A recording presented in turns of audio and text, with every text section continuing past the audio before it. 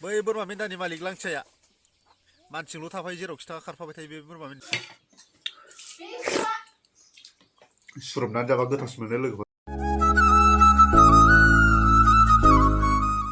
hello everyone good morning खुलुमबाय लोगोफोर welcome back to माय न्यू ब्लग इनटू दिस blog channel आंनि टू दिस ब्लग चैनलाव नोंथांमोनखौ आरोबाव फिन खेबसे दिनैनि गोजोन फुंबिलि समाव बरायना लाग्रोनाय जाबाय आसा खालामो नोंथांमोननि थाखाय दिनैनि दिना जोबोर मोजां आरो आंनि थाखायबो जोबोर मोजां ओमफ्राय आं दिनै नोंथांमोननो बिराद मोजां भिडिअ देखायलांगोन नोंथांमोना जोबोर नायलांबानो जाबाय आरो नायनायनि सिगां नोंथांमोना जायफोर आंनि चेनेलखौ साबस्क्राइब खालामाखै आंनि टू दिस ब्लग इउटिउब चेनेलखौ साबस्क्राइब खालामनानै लाबानो जाबाय अब्ला थ'दो लोगोफोर दिनैनि ब्लगाव दानि आं मोनसे जायगायाव थांनो नागिरदों दखानाव अनलाजों जानो नाथुर जुनाय लायनो नागिरदों आरोखि लोगोफोर दा समानै 9टा 6 जाबाय फुंनि 9:06 AM 9टा 6 जाबाय अब्ला आं थांदिनि लोगोफोर थ'दो दा नै दाख्लैनिफ्रायनो अखा हाबाय थादोंमोन ना ओमफ्राय नै दिनै बिराद मोजां सान्दुंआ बरिया भिउल नुखाबाय दिनै ओमफ्राय नैबे जाबाय दाख्लै बारहुंखाजों बायदों जोंना ओमफ्राय नैबे बिफाङा फांसे दंबावो आरो सान्दुं खोजेयाव जिरायनो थाखाय बे दंबावो ओमफ्राय नैबे फांसेया बायनानै होबाय दा नैबाव ट्रेक्टर दोनोमोन बेयाव होसिनथानसैमोन एसे बावबानो ओमफ्राय ट्रेक्टरखौ नैबावसो दोननाय जादोंमोन आरो दा बेनि थाखाय होसिनजानो गबाय बारजों ओमफ्राय दा थांदिनि लोगोफोर आं गारिखौ सालायनोसै आं बेयाव दसे थाथ'नाय जाबाय नोंसोरनो बे बायनायखौ देखायनो सान्दुं दिनैथ' सान्दुंआ जिब्लाखागोन लोगोफोर दाख्लैफोर जाबायदि गरम जादों बेबायदि जाफिननो हासिगौ ओमफ्राय दा एसे गुसु आरो दिनैसो फार्स्ट टाइम दुगैफिनदों नालाय नै स्कुलाबो दिनै अपेनिं बैसागु जोब्बाय नालाय स्कुलफ्राबो क्लास जाफिनबाय आरो नैबे जाबाय कुंग्रिं हाई स्कुल एमएलगेमेटेड 1निफ्रायनो दं बेयाव 10सिमहालागै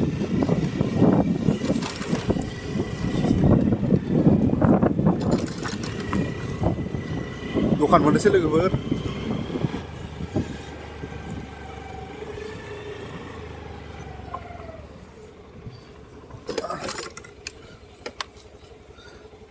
दा नै दखान मोनफैबाय ओमफ्राय बेयाव रिचार्ज सोना लागोनसै डाटा पेक गैला जोब्बाय दा नै सोखांबाय लोगोफोर डाटा पेकखौ 25 थाखानि 2GB सोबाय जिअ डाटा पेक ओमफ्राय दा थांफिनसै नाथुर जुनाय लायनो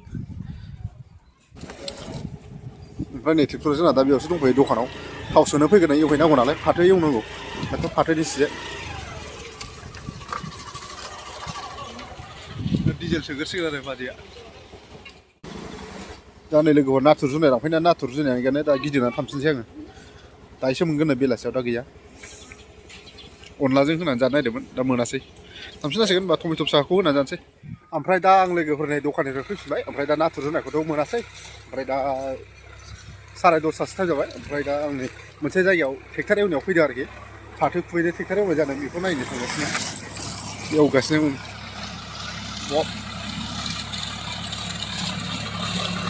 लागाव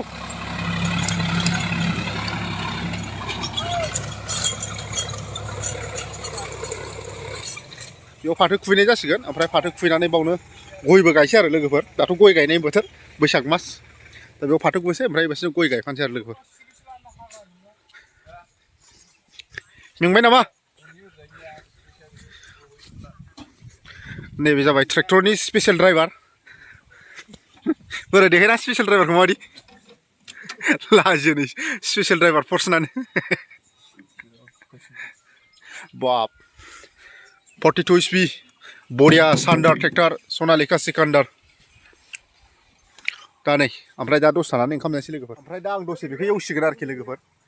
दा बेयाव एवखांबाय ओमफ्राय एसे दंबावो आं बे एसेखौ आं एवनोसै आरो लोगोफोर माने मेंबायदो बै सालायग्राया ओंखायनो आं दा एवनो नागिरबाय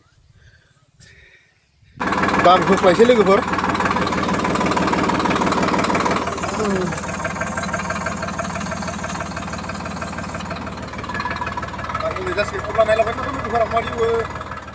दा होलाबायखाबाय आं लोगोफोर एवनाया नै गेदा गिदि नैबे आं एवनाय जाहैबाय दा थांफिनसै न'आव ओमफ्राय दखानाव स्कुटि गारबोदों बेखौ लायफिननांसिगोन माने दाउ ब्रयलार सुनो फैग्रोदोंमोन आङो सासे मानसिजों स्कुटियाव गाखोफानानै दा आंनि गारिखौ गारबोदोंमोन स्कुटिखौ ओमफ्राय दा बेखौ लायफिन थाबायलांसै आरो लोगोफोर ओमफ्राय नै ट्रेक्टराबो थांबाय एवनानै दा ओमफ्राय गुबुन फारसे जायगायाव एवहैसिगोन आरो बे गारिया बै ओरै सानजा थांनानै एवहैफिनसिगोन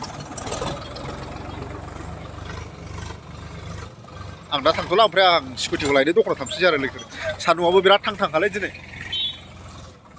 ओमफ्राय नै दा लोगोफोर ओंखाम जानोसै ओमफ्राय गिलासा नैबाव दं बेखौ लानानै आखाइ सुहैगोनसै आरो दा नै आखाइ सुखांबाय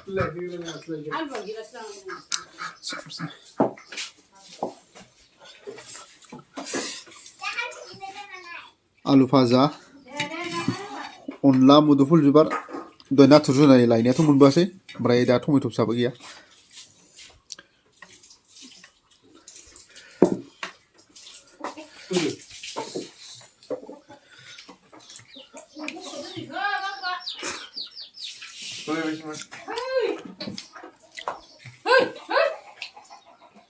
राइस कारि इंराजियाव राइस कारि होनो मुदुफुल बिबारजों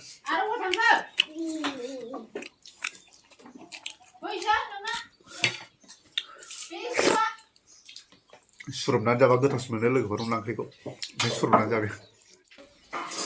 दा नै जाखांबाय लोगोफोर स्लिम स्लाम खालामजोब्बाय थोरसिखौ खुरैयावबो गैला ओमफ्राय दा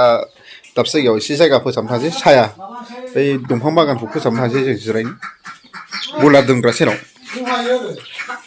दा नायनि बाव दसे जिरायनोसै सायायाव लोगोफोर फैदो रा नोंबो जिरायनोसै दसे बाव साया बेयाव जिरायनोसै बयबो ज'नो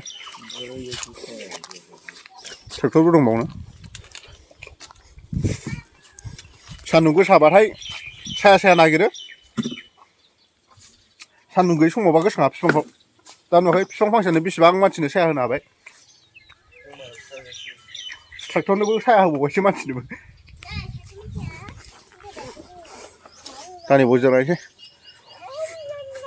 गैयाबाबो बिफां फांसेयावनो जों दा 10 जनसो मानसि जिरायबाय होमब्ला बिफां फांसेयावनो बेसेबां साया होगोन आरो मेरला जायगा दंबावसो बे बिफांनि साइड साइडआव सायख्लुमफोरा दा दसे जिरायनोसै ओमफ्राय मा मावनांगौ दा खामानि मावनोसै आरो लोगोफोर सैमाबो दंफैफाबावसो नै लोगोफोर बेसेबांबा सान्दुं नै दिनै बाब बाब सान्दुंबाबो एसे खम आरो गरमा दाख्लैफोरनि बायदि नङा अखा नागारगोदान नालाय बारा दुंखावनाय नङा आरो सान्दुंबाबो एसे खम सान्दुं दंबाबो माने बिदुङा खम जाहैबाय ओइ मा थादों नों सालायदो नों ट्रेक्टरखौ सालायदोरा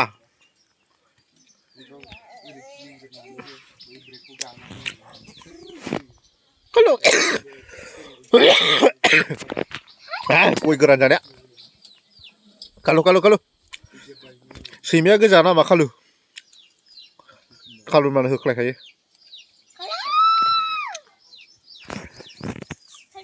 सान्दुं मोदाननायजों मारैबा नुगुलायबायलै दा नै लोगोफोर बोरमा मेन्दाया बेसेबांबा मोजां थायो बै बोरमा मेन्दानि मालिक लांथियाया मानसिजोंल' थाफायो जेरावखि थाङा खारफाबाय थायो बे बोरमा मेन्दाया मा नामलाय बे बोरमा मेन्दाना सोमला बे बोरमा मेन्दानि नामा सोमला दा सायाव मानसिफोर ज' जिरायदों नालाय बेबो जिरायफादों सोमलाया थांबाय हनै सोमला मेन्दाया हेलौ लोगोफोर गुड आफ्टारनुन ओमफ्राय दा आं दुगैखांबाय ओमफ्राय दा समाबो बेलासिनि 5:30 जाबाय ओमफ्राय दा आं दहाय सानाव एसे सायाव जिरायनायनि उनाव दसे बायदिसिना मावबाय बे खामानि मावनाय समाव दा कारेन्टथ' गैया नालाय नै बेबायदि हालोदाव आं मबाइलखौ चार्ज होनांदों दिनै नै सानथाम सानब्रै जाबाय कारेन्ट गैया माने दहाय दसे फैदोंमोन दसे फैनायाव आंथ' होनाय जायासै ओमफ्राय दा कारेन्टआ थांफिनबाय ओमफ्राय दा मबाइलाथ' बेटारि गैला नालाय दा नै बेबायदि हालोदाव होनांबाय आं नै दा ओंखायनो आं बे ट्रेक्टरखौ बिराद मानियो आरोखि जेरावबो सोलियो दहाय एवखांबाय आरो एवखांनानै नै दा बायदिसिना खामानिबो मावनानै होबाय ओमफ्राय दा आंनो मबाइल चार्ज होनायावबो नै हेल्प खालामबावबाय बे ट्रेक्टरा गोजोन्थोंलै ट्रेक्टर गोजोन्थों दा ओमफ्राय आं बेखौ खेवनोसै होथ'ला बेटारियाबो एसे हाबानो जाबाय आरोखि गावनि फुल चार्जिंनि हाब जाबाय दा नै बेबायदि आलायदोंमोन आं नै प्लास्टिकआव सोलायनानै ओमफ्राय बे बनेटखौ खोबनानै गालांदोंमोन आरोखि लामायाव दोननाय नालाय ट्रेक्टरा लामायावसो दोननायमोन दा नै आं बख'नानै लाबाय लोगोफोर चार्जारखौ टु हुइलार्स TVS आपाचे बियो ओमफ्राय नैबे जाबाय जोंनि सुपार केरि टु हुइलार्स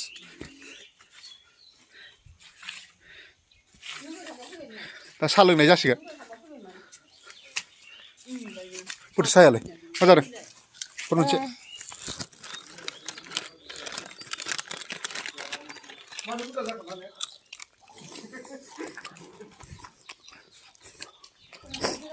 दा साहा लोंसै नै लोगोफोर साहा लोंनाय टाइम जाबाय साहा लोंखांनानै दखानाव दसे थांसैलाय बयलार दाउनि फैसा कालेक्सन खालामनो ओमफ्राय दा साहाखौ लोंखांबाय आं लोगोफोर ओमफ्राय दा दखानाव थांसै ओमफ्राय आं दिनै भिडिअखौ बारा गोबाव खालामला बेखिनियावनो दोनथ'नो सानबाय ओमफ्राय नोंथांमोनहा जायफोरा आंनि भिडिअखौ नायना मोजां मोनदों लाइक खालामदो माबाफोर बुंनांगौ दंबा कमेन्ट खालामदो आरो भिडिअखौ शेयार खालामनानै होदो लोगोसे आंनि टु डेस ब्लग इउटुब चेनेलखौबो साबस्क्राइब खालामना होदो लोगोफोर अब्ला गोजोनथोंसै लोगोफोर लोगो मोनसिगोन नेक्स्ट ब्लगाव